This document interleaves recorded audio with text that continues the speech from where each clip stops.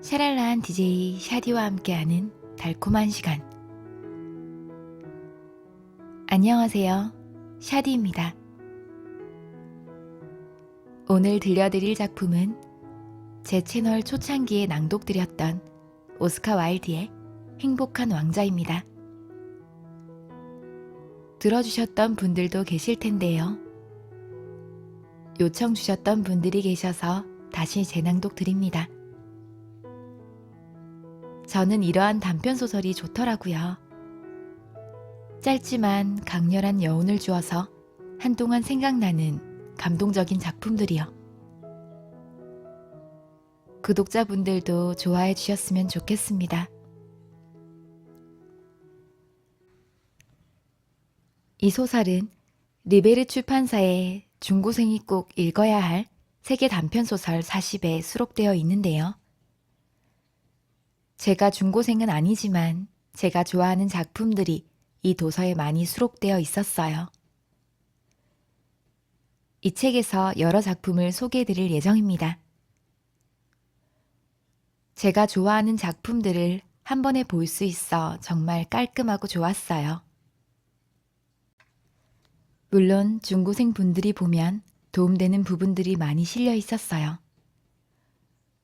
줄거리도 따로 요약되어 있었고 작품 해설도 되어 있어 수능 논술 대비에 탁월한 도서입니다. 저 또한 작품 해설과 같은 부분들 덕분에 작품 이해가 훨씬 더 쉬웠어요. 네, 오늘도 샤랄라한 DJ와 달콤한 시간 함께해요.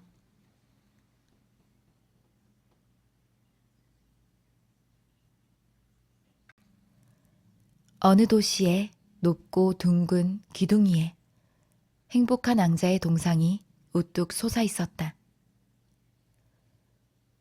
온몸은 얇은 금박으로 덮여 있었고 두 눈은 빛나는 사파이어였으며 칼자루에는 루비가 빛나고 있었다.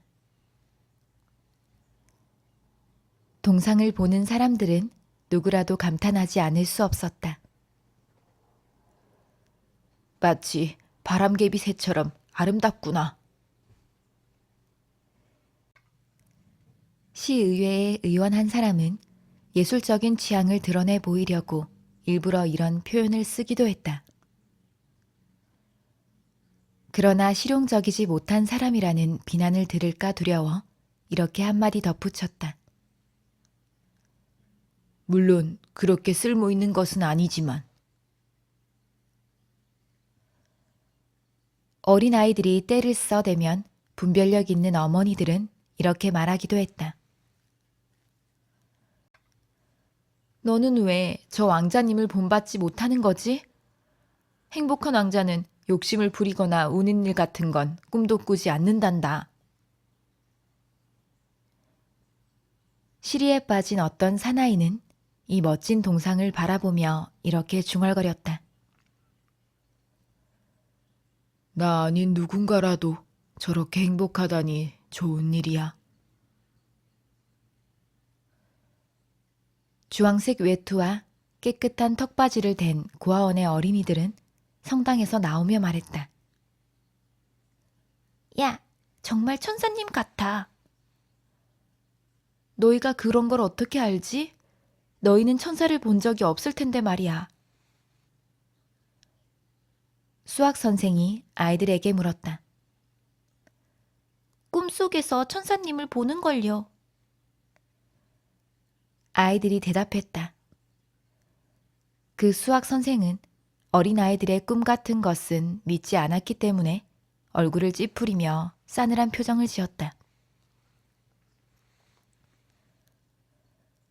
어느 날 밤, 작은 제비 한 마리가 그 도시 위를 날아가고 있었다.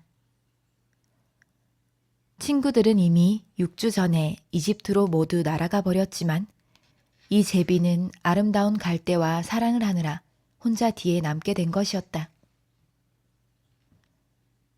지난 봄, 제비는 커다란 노랑나비를 쫓아 강을 따라 날아가다가 갈대를 보았고 갈대의 날씬한 허리에 반해 다가가 말을 걸었다.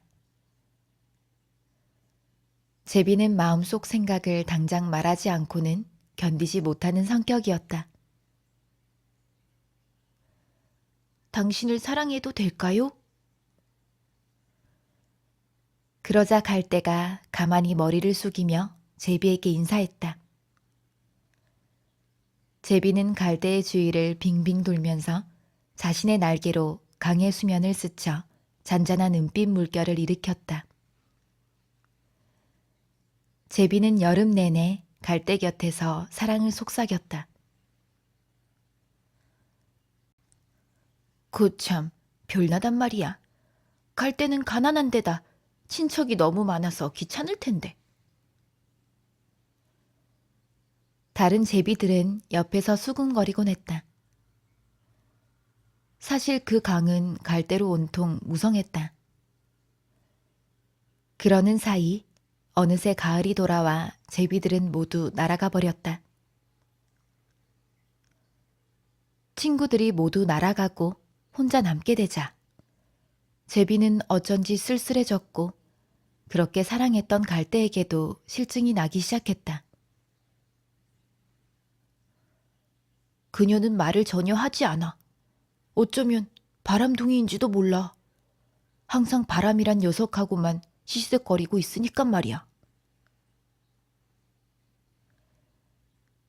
제비가 이렇게 생각하는 것도 무리는 아니었다. 바람이 불면 갈대는 언제나 부드럽게 무릎을 굽혀 인사했기 때문이다. 그녀가 가정적이라는 건 인정해. 하지만 나는 여행을 즐기는 사나이야. 내 아내가 될 사람이 여행을 좋아하지 않는다면 곤란하지. 나와 함께 먼 곳으로 떠나시겠어요? 제비는 마음을 먹고 갈대에게 마지막으로 물었다. 그러나 갈대는 자기 집에 강한 애착을 가지고 있었기 때문에 고개를 가로저었다. 당신은 그동안 날 희롱해 왔던 거군요. 전 이제 피라미드가 있는 나라로 갈 겁니다. 잘 있어요. 제비는 이렇게 소리치고는 날아가 버렸다. 제비는 하루 종일 날아서 밤이 될 무렵 그 도시에 도착했다. 어디에 묵으면 좋을까? 시내에 머물 만한 곳이 있으면 좋겠는데. 그때 높은 원기둥 위에 서 있는 동상이 눈에 띄었다. 저기가 좋겠군. 제비가 소리쳤다. 공기도 좋고 아주 기막히게 좋은 장소로군 그래.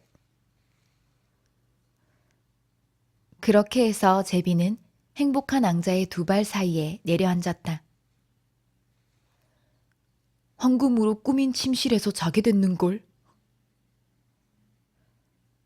제비는 주위를 둘러보면서 잠잘 준비를 했다. 그런데 목을 날개 밑으로 넣고 막 잠을 청하려는 순간 큰 물방울 하나가 툭 떨어졌다. 이상한 일도 다 있네. 하늘엔 구름 한 점 없고 별들도 저렇게 반짝거리는데 이렇게 비가 오다니. 북유럽의 날씨란 정말 지독하군. 하긴 그 갈대도 비를 무척 좋아했어. 제멋대로의 변덕이긴 했어도. 그때 또 한 방울이 떨어졌다.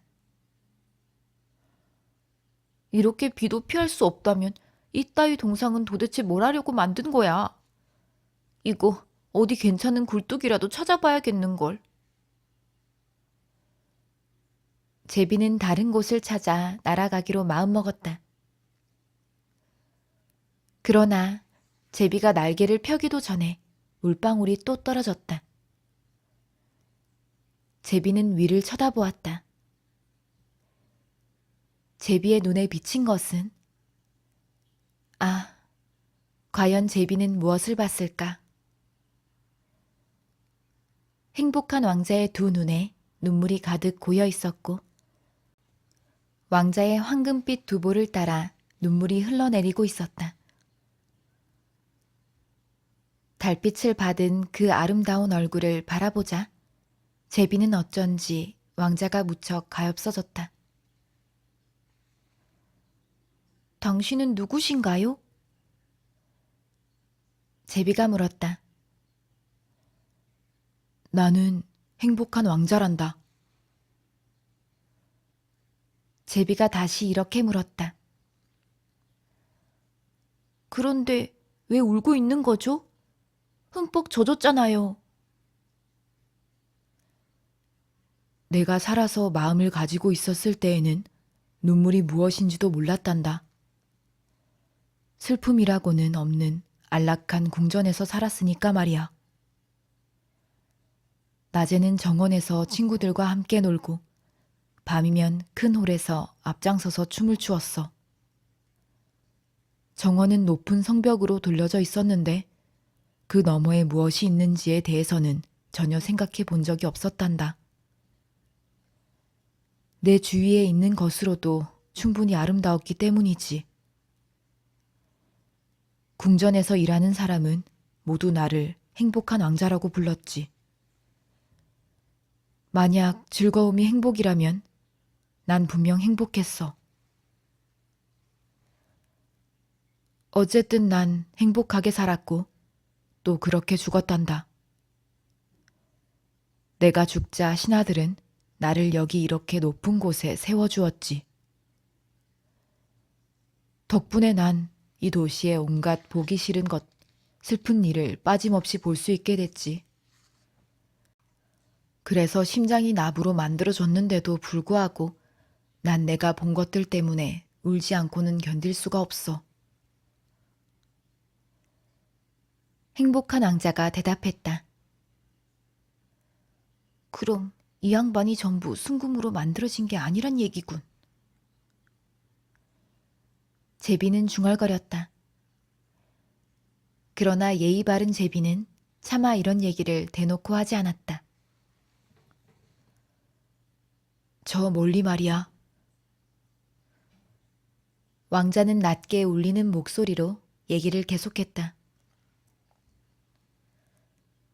여기서 훨씬 먼 저쪽 좁은 골목길에 가난한 집이 있어. 창문이 열려 있어서 그 집 식탁에 어떤 여자가 앉아 있는 게 보이는구나. 얼굴은 비쩍 여위었고 초췌해. 바늘에 찔린 자국 때문에 손은 온통 벌겋게 거칠어졌어. 재봉사거든. 그녀는 지금 두껍고 윤이 나는 비단 옷감에 정열화라는 열대지방의 꽃무늬를 수놓고 있어. 궁전에서 열리는 무도회에서 여왕의 제일 아름다운 시녀가 입을 옷이야. 이 집의 방 한 구석에는 조그만 사내아이가 침대에 알아누워 있어. 열이 심하고 오렌지를 먹고 싶어해. 하지만 그녀는 자기 아이에게 맹물밖에 먹여줄 수가 없어. 그래서 아이는 지금 울고 있단다. 제비야, 제비야, 작은 제비야. 너가 내 칼자루에 루비를 뽑아서 저 여자에게 가져다 주지 않겠니? 나는 발이 받침대에 붙여 있어서 전혀 움직일 수가 없구나. 친구들이 이집트에서 절 기다리고 있어요. 제비가 대답했다. 지금쯤 나일강 위를 날면서 커다란 연꽃과 얘기하고 있을 거예요. 그러고 나면 위대한 왕의 무덤으로 잠을 자러 갈 테지요. 그 왕은 화려하게 색칠한 관 속에 누워 있어요. 노란 삼배를 두르고 향료를 바른 왕의 목에는 연녹색 빛이 목걸이가 둘러져 있지요. 양손은 마치 시든 나무 잎사귀 같아요. 제비야, 제비야, 작은 제비야. 왕자가 말했다. 단 하룻밤이라도 좋으니 나와 함께 있으면서 심부름해 줄 수 없겠니?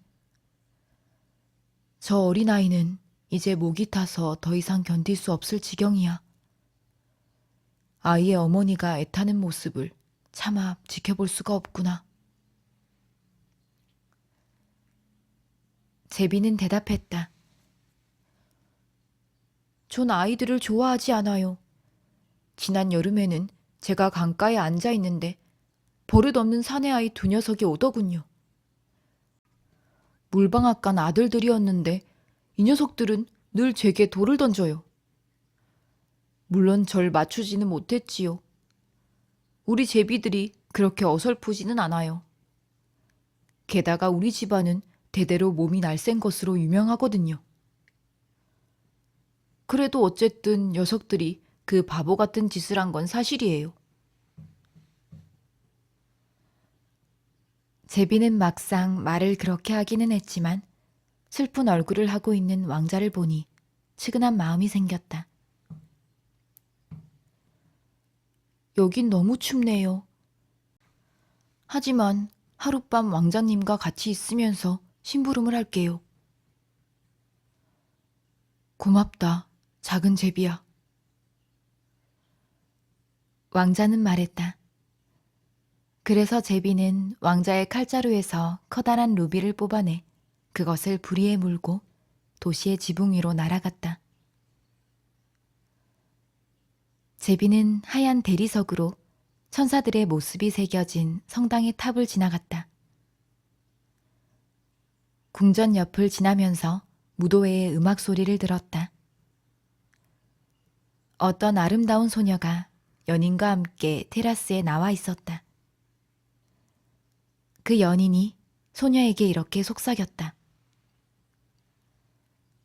아, 얼마나 아름다운 밤입니까? 그리고 사랑의 힘은 얼마나 아름답습니까?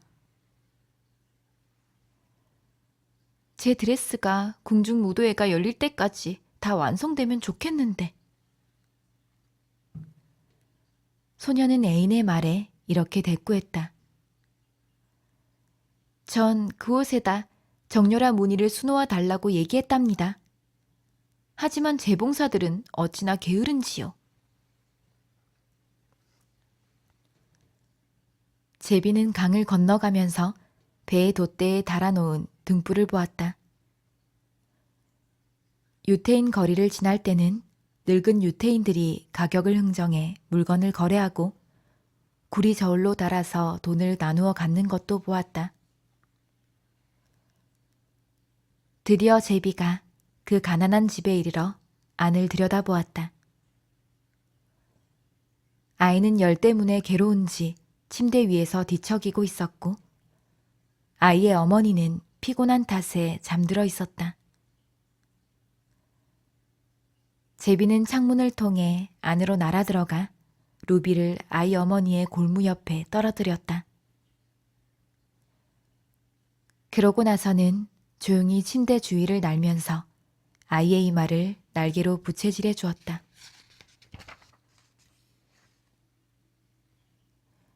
열이 많이 내린 것 같아. 이제 몸이 나을 거야. 그렇게 말하고 나서 아이는 단잠에 빠져들었다. 제비는 행복한 왕자에게 돌아가 자기가 한 일을 이야기해 주었다. 참 이상한 일이에요. 이렇게 추운 밤인데도 나는 지금 무척 따뜻함을 느껴요. 그건 너가 좋은 일을 했기 때문이야. 왕자가 말했다. 제비는 그 말에 대해 좀 더 생각해 보려고 했지만 곧 잠이 들어버렸다. 생각하는 일은 언제나 제비를 졸리게 만들었다. 날이 밝자 제비는 강으로 날아가 몸을 씻었다. 그때 지나가던 한 조류학 교수가 그 모습을 봤다. 이거 정말 놀라운 일이로군. 이런 겨울에 제비라니. 교수는 그 현상에 대한 긴 글을 써서 지방신문에 실었다. 그 내용은 사람들 사이에서 화제가 되었지만 이해할 수 없는 수많은 용어들로 꽉 차 있었다. 오늘 밤에 나는 이집트로 갈 거야. 이렇게 말하고 나니 제비는 온몸에 기운이 솟구치는 것을 느꼈다. 제비는 도시의 기념탑 따위를 하나도 빠뜨리지 않고 모두 구경한 뒤 오랫동안 교회의 뾰족탑 꼭대기에 앉아 있었다. 어디를 가나 참새들이 제비를 보고 짹짹거리면서 정말 품이 있는 손님 아니니? 하고 주고받는 소리를 듣는 것이 즐거웠다. 달이 떠올랐을 때 제비는 행복한 왕자에게 돌아갔다. 혹시 이집트에 부탁할 말이라도 있나요? 저는 지금 떠날 거예요. 그러자 왕자가 말했다. 제비야, 제비야, 작은 제비야. 하룻밤만 더 나와 함께 있어주지 않으련? 모두들 이집트에서 절 기다리고 있어요. 내일쯤에는 제 친구들이 모두 나일강 상류의 두 번째 여울까지 올라갈 거예요. 거기에는 창포숲풀이 무성한 풀 속에서 하마가 잠을 자고 있고 커다란 화강암 왕자에 mem논 신이 앉아 있죠. 그 신은 밤새 가만히 별을 바라보다가 새벽에 샛별이 반짝이기 시작하면 외마디로 환성을 터뜨려요. 하지만 금방 잠잠해지죠. 정오에는 누런 사자들이 물가로 내려와서 물을 마셔요. 사자들의 눈은 파란 에메랄드 같고 부르짖는 소리는 폭포 소리보다 더 크다고요. 왕자는 말했다. 제비야, 제비야, 작은 제비야. 이 도시의 저 멀리에 젊은 청년이 지붕 밑 다락방에 있단다. 그 청년이 앉아있는 책상에는 종이가 온통 흩어져 있고 옆에 놓인 큰 컵에는 제비꽃 한 다발이 꽂혀 있어. 청년은 다갈색 곱슬머리를 하고 있고 입술은 석류처럼 붉고 그 눈은 마치 꿈을 꾸는 것 같단다. 그는 지금 극장 감독에게 주문받은 대본을 끝마치려고 하는데 너무 추워서 더 이상 글을 쓰지 못하고 있어. 불은 꺼지고 배가 고파서 정신을 잃을 지경이거든. 그렇다면 제가 하룻밤만 더 여기에 있을게요. 마음씨 고운 제비는 왕자의 얘기를 듣고 이렇게 대답했다. 루비를 하나 더 가져다 줄까요? 루비는 더 없단다. 남아있는 건 내 두 눈뿐이야. 이건 사파이어인데 1000년 전에 인도에서 가져온 거란다. 하나를 뽑아서 청년에게 갖다 주렴. 이걸 보석상에 팔면 양식과 땔감을 장만해서 대본 쓰는 것을 끝마칠 수 있을 거야. 왕자님, 저는 그런 일은 할 수 없어요. 제비는 울기 시작했다. 제비야, 제비야, 작은 제비야. 내가 말한 대로 해줘. 왕자가 말했다. 그래서 제비는 왕자의 누나를 하나 뽑아내 청년이 살고 있는 지붕 밑 다락방으로 날아갔다. 지붕에 구멍이 뚫려 있어서 안으로 들어가는 것은 어렵지 않았다. 제비는 날렵하게 날아서 구멍 안으로 들어갔다. 청년은 양손으로 머리를 감싸 안고 있느라 제비가 날개를 퍼덕이는 소리를 듣지 못했다. 그저 언뜻 고개를 들어보니 시든 제비꽃 위에 아름다운 사파이어가 굴러 떨어져 있는 게 눈에 띄었을 뿐이었다. 이제야 세상이 나의 가치를 알게 된 모양이군. 누군가 내 작품을 좋아하는 사람이 몰래 갖다 놓은 것이 틀림없어. 나는 이제 대본을 끝마칠 수 있어. 청년은 기쁨에 넘쳐서 이렇게 외쳤다. 다음 날 제비는 항구로 날아갔다. 커다란 배의 돛대 위에 앉아 선원들이 배의 창고에서 큰 상자들을 끌어올리는 것을 보았다. 선원들은 상자를 끌어올릴 때마다 영차, 영차, 어이 하고 소리를 질렀다. 나도 이제 이집트에 간다. 제비도 지지 않고 큰 소리로 외쳤다. 하지만 아무도 그 말에 신경 쓰는 사람은 없었다. 달이 떠올라 제비는 다시 행복한 왕자에게 날아갔다. 작별 인사를 하러 왔어요. 제비가 소리쳤다. 제비야, 제비야, 작은 제비야. 하룻밤만 더 나와 같이 있어주지 않겠니? 왕자가 말했다. 겨울이에요. 곧 차가운 눈이 내릴 거고요. 이집트에는 태양이 푸른 야자나무 위를 따뜻하게 비추고 있을 거예요. 악어들은 진흙탕 속에서 나른하게 주위를 둘러보고 있을 거고요. 제 친구들은 바알베크의 사원에 둥지를 짓고 분홍빛, 흰빛의 비둘기들은 서로를 쳐다보면서 정답게 노래하고 있을 거예요. 친애하는 왕자님, 나는 떠나야 해요. 하지만 왕자님을 잊지는 않을게요. 그리고 내년 봄에는 왕자님이 사람들에게 준 보석 대신 다른 아름다운 보석 2개를 가져다 드릴게요. 빨간 장미보다 더 빨간 루비와 큰 바다보다 더 푸른 사파이어를 말이에요. 아래 광장에 왕자가 말했다. 어린 성냥팔이 소녀가 서 있어. 그런데 그만 성냥을 모두 시궁창에 빠뜨려 못쓰게 되었단다. 소녀가 돈을 벌어가지 못하면 그녀의 아버지가 매질을 할 거야. 그래서 소녀는 울고 있어. 신발도 스타킹도 신지 못한 데다 작은 머리에 아무것도 쓰지 못한 채로 말이야.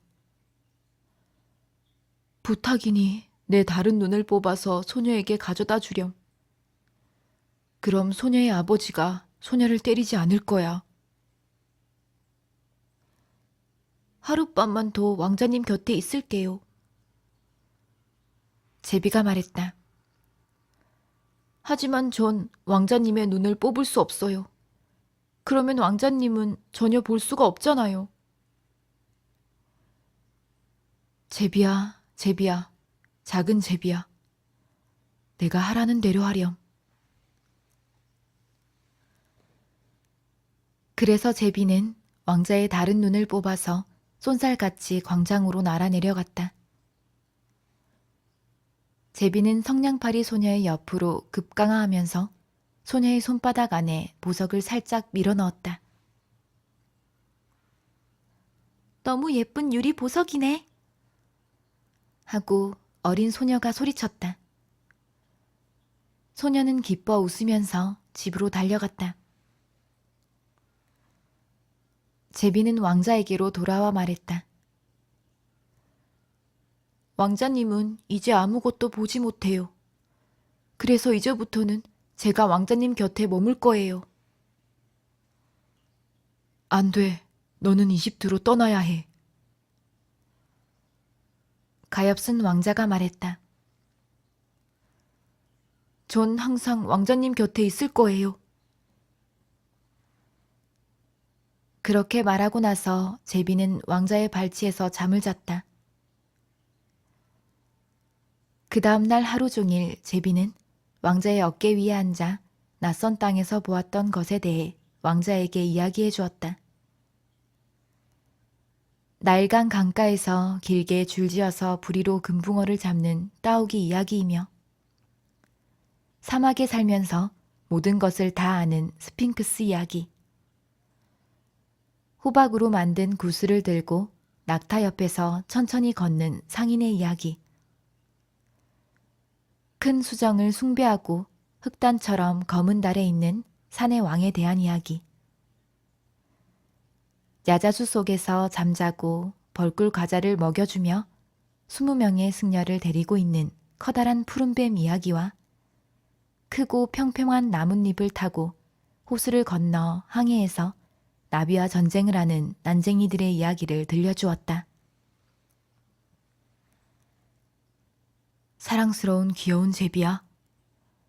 너는 나에게 놀랄만한 일들에 대해 이야기해 주었지만 무엇보다도 놀랄만한 것은 인간들의 고통이란다. 슬픔만큼 큰 신비는 없어. 귀여운 제비야. 시내로 날아가 너가 본 것을 나에게 들려주겠니? 왕자의 말에 제비는 도시 위를 날면서 부자들은 멋진 집에서 즐겁게 지내는 반면에 거지들은 그 집 문 앞에서 구걸하는 것을 보았다. 제비는 어둡고 좁은 길을 날아가서 어두운 거리를 멍하니 보고 있는 굶주린 아이들의 창백한 얼굴도 보았다. 다리의 아치 밑에는 어린 소년 둘이 몸을 따뜻하게 하려고 서로의 몸을 끌어안고 있었다. 소년들은 너무 배고파 하고 말했고 경비원은 여기서 자면 안 돼! 하고 소리치고 있었다. 제비는 돌아와서 왕자에게 자신이 본 것들을 이야기했다. 나는 순금으로 덮여 있어. 왕자가 말했다. 너는 그걸 한 장 한 장 떼어내서 가난한 사람들에게 가져다 주어야 해. 사람들은 금이 있으면 행복해질 수 있다고 생각하거든. 제비가 순금을 한 장 한 장 떼어내는 만큼 행복한 왕자는 흐릿한 회색으로 변해갔다. 제비는 떼어낸 순금을 가난한 사람들에게 날라다 주었다. 어린 아이들은 장밋빛으로 얼굴이 밝아졌고 활짝 웃으며 거리로 나가 놀았다. 우리한테 빵이 생겼어. 하고 아이들은 소리쳤다. 눈이 내렸고 모든 것이 얼어붙었다. 거리는 은으로 만들어진 것처럼 밝게 빛났다. 수정으로 된 단검 같은 고드름이 집집의 처마마다 달려 있었다. 모든 사람이 털옷을 입었고 어린 소년들은 주황색 모자를 쓰고 얼음 위에서 스케이트를 탔다. 점점 더 날이 추워졌지만 불쌍한 작은 제비는 왕자를 사랑했기 때문에 떠날 수가 없었다. 제비는 빵가게 문 밖에서 주인이 보지 않을 때 빵 부스러기를 쪼아 먹었고 날개를 퍼덕거려 몸을 따뜻하게 하려고 애썼다. 그러나 제비는 마침내 자기가 죽게 될 거라는 걸 알고 있었다. 이제 제비는 왕자의 어깨 위로 겨우 날아올랐다. 안녕히 계세요, 친히 아는 왕자님. 제비는 왕자에게 나지막하게 말했다. 제가 왕자님 손에 입 맞출 수 있게 해주세요. 드디어 이집트로 떠나는구나. 잘됐다, 작은 제비야. 넌 여기서 너무 오랫동안 머물러 있었어. 하지만 내 입술에 입을 맞추어 다오. 나는 너를 사랑한단다. 왕자가 말했다. 제가 가는 곳은 이집트가 아니에요. 죽음의 집으로 가는 거예요. 죽음과 잠은 형제죠. 그렇죠? 제비는 행복한 왕자의 입술에 키스를 한 뒤 왕자의 발 아래로 떨어져 죽었다. 그 순간 마치 무엇인가가 부서지는 것처럼 왕자의 동상 안에서 이상한 소리가 났다. 나부로 된 심장이 소리를 내며 두 쪽으로 갈라졌던 것이다. 무서울 정도로 혹독하게 추운 날이었다. 다음 날 아침 일찍 그 도시의 시장은 시의원들과 함께 강장을 걷고 있었다. 그들이 동상의 원기둥을 지날 무렵 시장이 동상을 올려다보고 외쳤다. 아니 이런, 행복한 왕자의 동상이 어쩌다 저렇게 흉물스러운 꼴이 되었담? 정말 보기 흉한 모습이군요. 언제나 시장의 말에 찬성만 하는 시의원들도 이렇게 소리쳤다. 그들은 왕자의 동상을 살펴보려고 위로 올라갔다. 칼자루에 박혀있던 루비가 떨어져 없어졌고 누군가 눈도 파내갔어. 몸을 감싸고 있던 순금도 모조리 사라졌고 이제 왕자는 거지나 마찬가지잖아. 시장이 말했다. 거지나 마찬가지죠. 시의원들도 그렇게 말했다. 동상 발밑에 있는 이 죽은 새는 또 뭐지? 포고령을 만들어서 앞으로는 새가 이런 데서 죽으면 안 된다고 발표해야겠어. 시장은 말했다. 그러자 시청의 서기가 그 말을 받아서 종이에 적었다. 그래서 사람들은 행복한 왕자의 동상을 끌어내렸다. 행복한 왕자의 동상은 더 이상 아름답지 않으므로 이제 아무짝에도 쓸모가 없습니다. 대학의 미술 교수는 이렇게 말했다. 사람들은 왕자의 동상을 용광로에 집어넣어 녹였고 시장은 녹인 쇳덩어리를 어디에 쓸 것인지 의회를 소집해 의논했다. 당연히 이 쇳덩어리로 새로운 동상을 만들어야 할 것이오. 그리고 내 모습을 동상으로 만들려고 하오. 시장이 말했다. 아니요, 내 모습을 동상으로 만들어야 합니다. 시의원들도 저마다 나서서 이렇게 소리쳤고 다툼이 벌어졌다. 들리는 소문으로는 그 사람들은 아직도 계속 다투고 있다고 한다. 거참 이상한 일이군. 용광로 공장의 감독이 말했다. 이 나부로 된 부서진 심장 조각은 아무리 해도 용광로에서 녹지 않으니 말이야.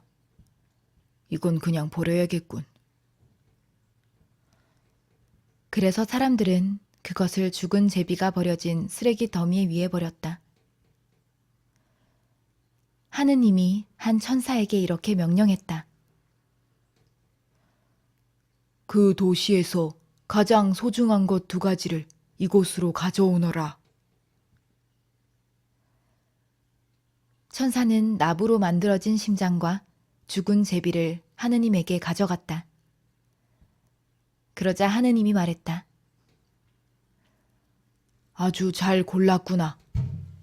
이 작은 새는 천국의 정원에서 노래하도록 하자.